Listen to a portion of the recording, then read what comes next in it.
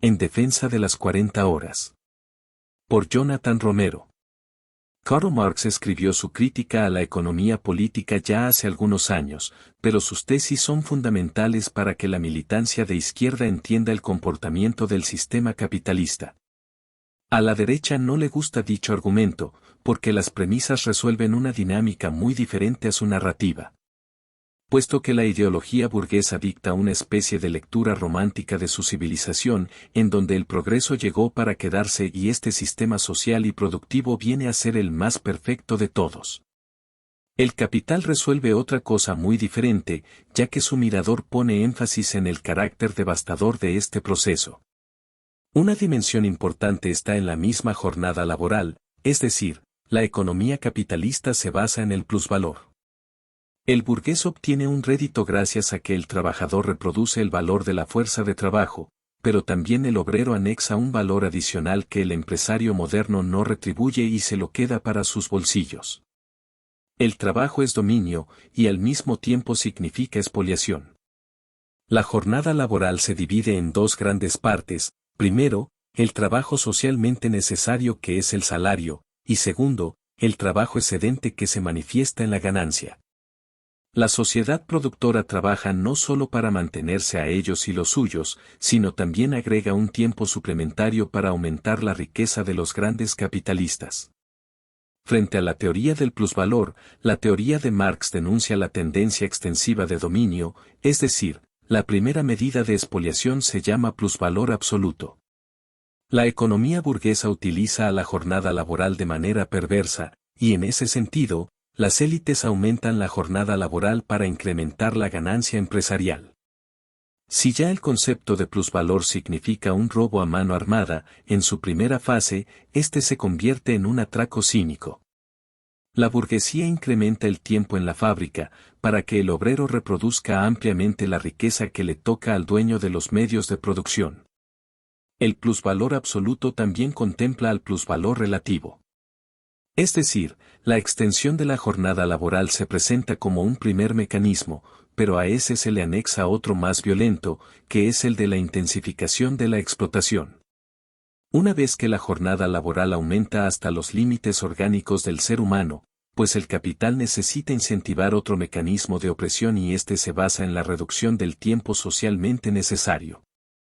Si la fuerza de trabajo necesitaba 6 horas para reproducir sus medios de subsistencia, en un tiempo diferente, la clase trabajadora solo podría invertir 4 horas para tal función.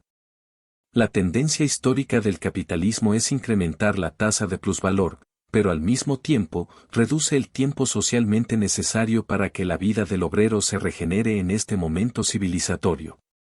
Marx descubrió los dos momentos de la economía burguesa. Por un lado, esta representa la condición de dominio más inhumana de la historia, y por el otro, su momento civilizatorio abre el camino para que la humanidad se libere de las cadenas del trabajo visto como castigo. Lo anterior es la marca misma de las contradicciones de la sociedad burguesa, porque, primero, la humanidad puede no trabajar tanto tiempo para reproducir su fuerza de trabajo, pero, segundo, la jornada laboral aumenta el beneficio del enriquecimiento de los dueños de los medios de producción. La lucha de clases se manifiesta una vez más, puesto que unos quieren explotar cada vez más a los productores de la riqueza y otros pretenden liberar de las cadenas a la clase trabajadora. La idea revolucionaria que dice que la jornada laboral debe reducirse en el bien de las mayorías, puede ubicarse en la misma cuna de la economía capitalista. Tomás Moro habría dicho en su Utopía, que la humanidad no debería desgastarse en el trabajo como castigo más allá de 6 horas por día. Esa mirada fue reveladora a todas luces, porque su postura no se basó en un sueño, sino que su perspectiva está en la dimensión de los estudios de organización sociales más allá de Europa. Mientras la naciente sociedad quería encerrar a toda la sociedad en las fábricas, por otro lado, las sociedades primitivas enseñaban la fuente de la libertad, no trabajar tanto. Ya nuestros maestros daban lecciones de humanismo a los civilizados o a los modernos, y la brújula emancipadora había apuntado hacia la reducción de la jornada laboral.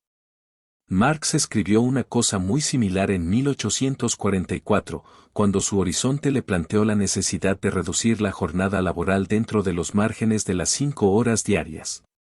Es decir, el joven Marx había propuesto una tesis emancipadora, en donde los dominados modernos pudieran luchar por una estancia en las fábricas mucho menor a las que en ese entonces se habían acostumbrado bajo la subsunción real de trabajo bajo la lógica del capital. Pero su sueño de primavera se vio reflejado en su época del invierno, puesto que en su vejez no cambió la tesis bajo ningún sentido.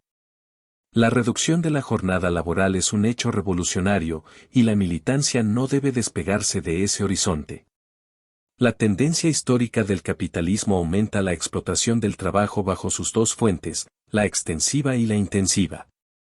Los comunistas debemos romper con ese ciclo, y reducir el tiempo de trabajo en su forma asalariada es, en sí, una respuesta emancipadora. El siglo XX había resuelto esto de una manera más o menos detallada, cuando las 40 horas se habían fijado derivado de la lucha de clases en Chicago. Aunque la sociedad burguesa logró avanzar en ese sentido en aquella época, por el otro lado, el siglo XXI vino a sepultar esas victorias. En México, la clase trabajadora labora más allá de las 48 horas, y su salario es de los más bajos, mientras su productividad registra los mejores números a nivel mundial. En otras palabras, la burguesía se las ha ingeniado en estos términos, y la explotación ha incrementado de una manera inhumana. Frente a este hecho, una estrategia legal que imponga reducir la jornada laboral, debe considerarse como una estrategia vital para el movimiento obrero. Susana Prieto ha llevado tal propuesta a la Cámara de Legisladores, pero la resonancia no ha tenido el eco deseado por la izquierda. El presidente no hizo suya tal demanda popular, y su argumento fue que se necesita debatir en los diferentes sectores. La Cámara de Diputados se echó para atrás, y no quisieron llevarla al Senado. La clase trabajadora no ha hecho su tarea revolucionaria para que nuestra voz se escuche más fuerte. Las 40 horas se discutirán hasta febrero, entonces la izquierda militante tendrá más tiempo para organizarse y presionar frente a esta coyuntura. La suerte está echada, y la moneda sigue en el aire.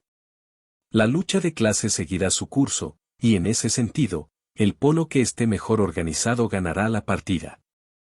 Los trabajadores deberán salir a las calles a defender sus derechos, pero ellos necesitan de una vanguardia revolucionaria. Un partido de izquierda y comunista se debe alzar entre las cenizas que el neoliberalismo dejó en el movimiento obrero. En este momento, la situación apremia una militancia responsable en su tiempo y geografía, y el leninismo deberá asumir su papel en este sentido. Hoy, la clase trabajadora está desprovista de líderes comunistas, puesto que los viejos maestros ya no están con nosotros y los herederos están subsumidos por la lógica neoliberal. Dentro de esta correlación de fuerzas, la hegemonía emancipadora deberá asumir su papel, y su papel revolucionario deberá asumirse dentro de las coyunturas que este país está marcando. Por ende, luchar por una jornada laboral de 20 a 40 horas a la semana es una condición revolucionaria que el proletariado debe comprender en estos momentos.